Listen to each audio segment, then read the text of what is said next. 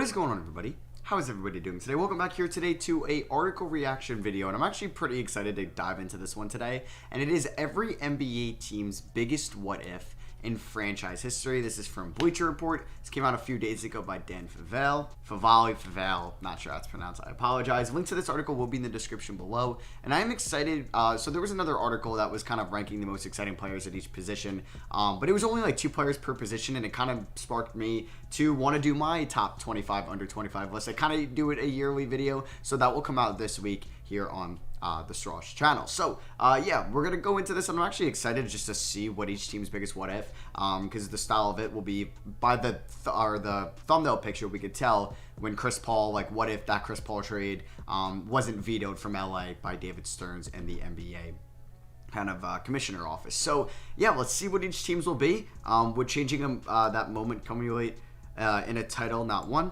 an alternative era we've never seen. All right, let's just hop into it. We kind of know what it is. So the Atlanta Hawks is the 2005 draft, another one featuring Chris Paul. I guess this is when they took, let's see, who did they take over Chris Paul in this draft? Once Andrew Bogut came off the board with the #1 pick, oh, they took Marvin Williams. And yeah, because Chris Paul was like, what, the 3rd or 4th player? You had Chris Paul out of Wake Forest, you had Darren Williams out of Illinois at the time. Help at point guard, they had a 27-year-old Tyronn Lue. Yeah, that's a bad pick, but a lot of these will be like what if. But yeah, I guess that ended up going into the Joe Johnson, Josh Smith era, and you have Chris Paul. That would have been a very scary team in the Eastern Conference. For the Celtics, it's the Anthony Davis trade that wasn't. Okay, you could also do like what if the Celtics weren't able to move Chris Paul and like Kevin Garnett. That would be a kind of crazy one. Maybe we'll see that for the Nets side of things. But yeah, the Celtics were in the AD rumors when he was getting traded from the Pelicans. I believe it was because of the IT recent thing that his dad or his camp, if I remember correctly, didn't want him to go to Boston. Yeah, that team would have been absolutely loaded. I'm sure Tatum would have been in it. He didn't break out yet, or Jaylen Brown would have been in it, which is kind of crazy to say. And you had Kyrie, Gordon Hayward, and Anthony Davis, and Al Horford in a big 3. I guess they would have had the money to pull it off. I'm not even sure at the time. But yeah, I mean, imagine having no Tatum, but you have AD. Would you do that? I don't know, but God bless Rich Paul and the Clutch Sports. Yeah, I guess, yeah, maybe you're happy it didn't happen just because of, what is this? What is this? But you're happy that didn't happen just because of Jason Tatum's kind of emergence into stardom, and they were just in the finals. Brooklyn Nets, Kevin Durant's big feet.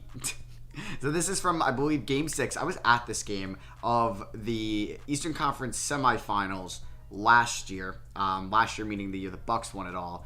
The Nets were up, or they were, I think, down by 1 or something. KD hits a 3, or they were down by 2. KD hits a 3. We think that they're advancing to play the Hawks, which they would have won, and maybe would have been the Suns in the finals. But no, Kevin Durant's foot was on the 3-point line, which made it being a 2. But yeah, that is one, because hey, maybe that Nets trio is still here today. Charlotte Hornets 2012 draft moments. Well, yeah, I don't know who is that. Marcus Teague?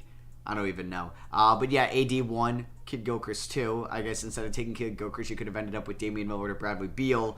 Probably not Damian Lillard at 2, just because I don't think he was ever projected to go in that top 3. But Beal at 3, yeah, that could have changed some things. And you had Beal and Kemba. That have just been like Beal and Wall. But Kemba stayed healthy a little bit longer than Wall. But he definitely dropped off quicker.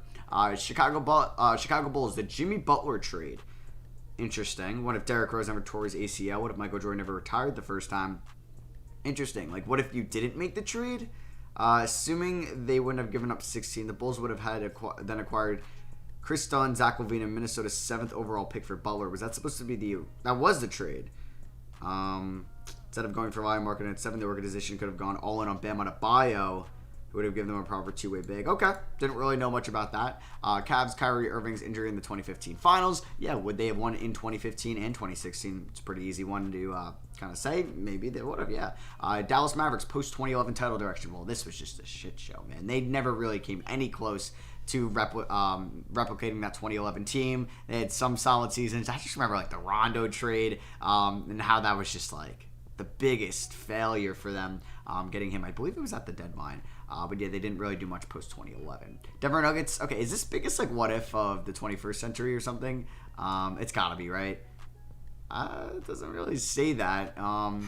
Because Jamal Murray's ACL injury, I don't think is one of the biggest what ifs in Nuggets history. Like, what if it was like the Melo trade, or it could have been anything to do with like the Alex English era of Nuggets, for all I know.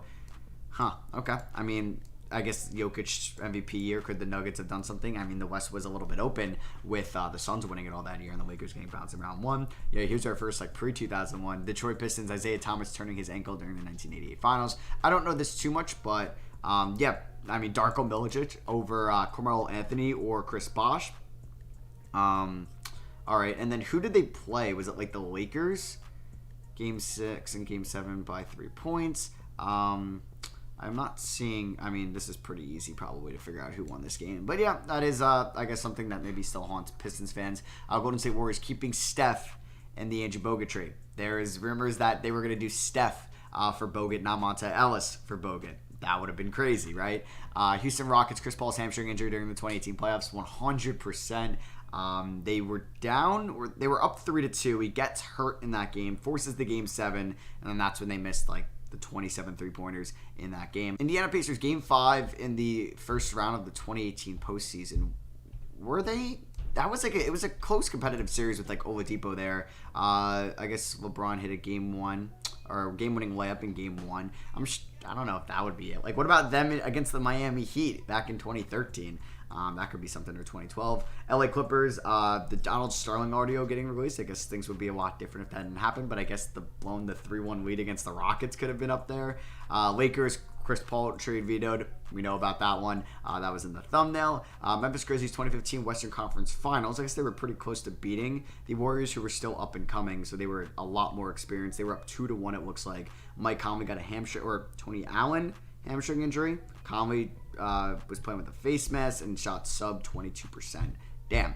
Miami Heat, Chris Bosh's career getting cut short by blood clots. I was super excited to see. So when LeBron left back to Cleveland in 2014, Bosh was very close to signing with the Rockets, which I was very excited for. And then I was also excited because Bosh, he was still had a lot of good play left, like him and Dwayne Wade, to see how they would have done post LeBron, and like Bosh would have balled out again, maybe being that Raptors Bosh instead of being that third option once he joined the Miami Heat.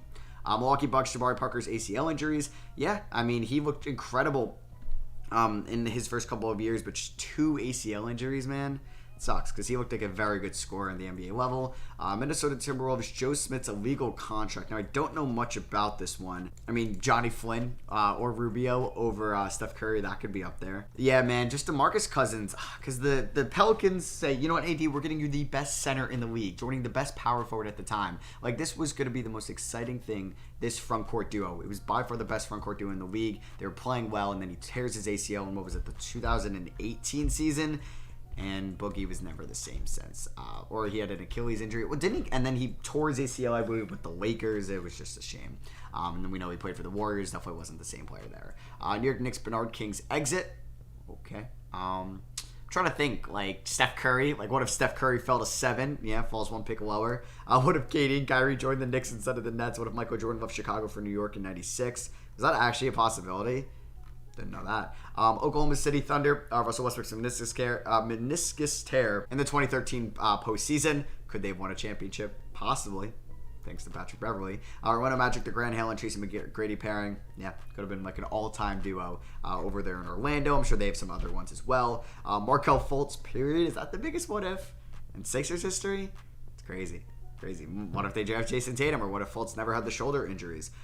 Phoenix Suns coin toss for the number 1 pick. That's how they settled it. For the number 1 pick in 69, it looks like that was Lou Alcindor or Kareem Abdul-Jabbar that went there. That does sucks for Phoenix. I mean, they had some bad drafting history as well with like Dragon Bender. I mean, Alex Len, that class wasn't great anyway. What if they took Luka over Aiden? That could have been one right there. Having Luka and Booker would have been kind of crazy. They don't mention that at all. What if Drew Holiday doesn't strip Booker at the end of the 2015 or 2021 finals in Game 5?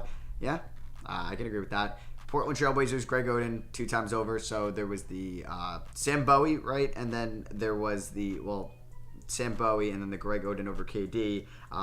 Yeah, Sam Bowie 2 ahead of Michael Jordan 3. Could be up there. Kings 2002 Western Conference Finals. What if it wasn't rigged? I don't know if it was rigged. Probably not. San Antonio, yeah. So I actually just made a Spurs historic rebuild on the main channel where I talked about this. What if Zaza doesn't land, or Kawhi doesn't land on Zaza's foot? And for the Raptors, what if Kawhi stays? I don't know if that's one of the big ones. One if they didn't trade for Kawhi Leonard, I think could be up there. Utah Jazz, Donovan Mitchell's ankle injury during the 2021 postseason. Nothing with like the Stockton Malone Jazz. Okay, what if they didn't draft Donovan Mitchell? What if they drafted Luke Kennard? That team would have been very bleak going forward. But yeah, they could have won it all. Like 2021 was a very open year for the Clippers, for the Suns, for the Jazz, for like the Nets, like to beat the Bucks possibly, for the Sixers maybe. And finally, Washington Wizards, John Vesely at 6 in 2011. I don't know. I feel like I'm not gonna hate on the Otto Porter pick.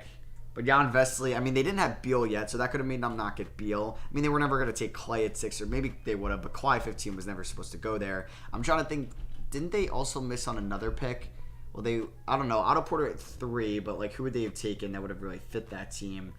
In 2014, I don't really remember who they took. 2015, I mean, like Wall and Beal were pretty consistent in making the playoffs for a while. But yeah, that is pretty much every team's biggest what if. I don't think these are all going to classify as the biggest what ifs in history. A lot of them were post 2010, which hey, they're fresher in my mind, so that was kind of cool. So let me know what you guys thought of this article. I will have my top 25 under 25 coming out this week. I love you guys, and I'll catch you on the next one.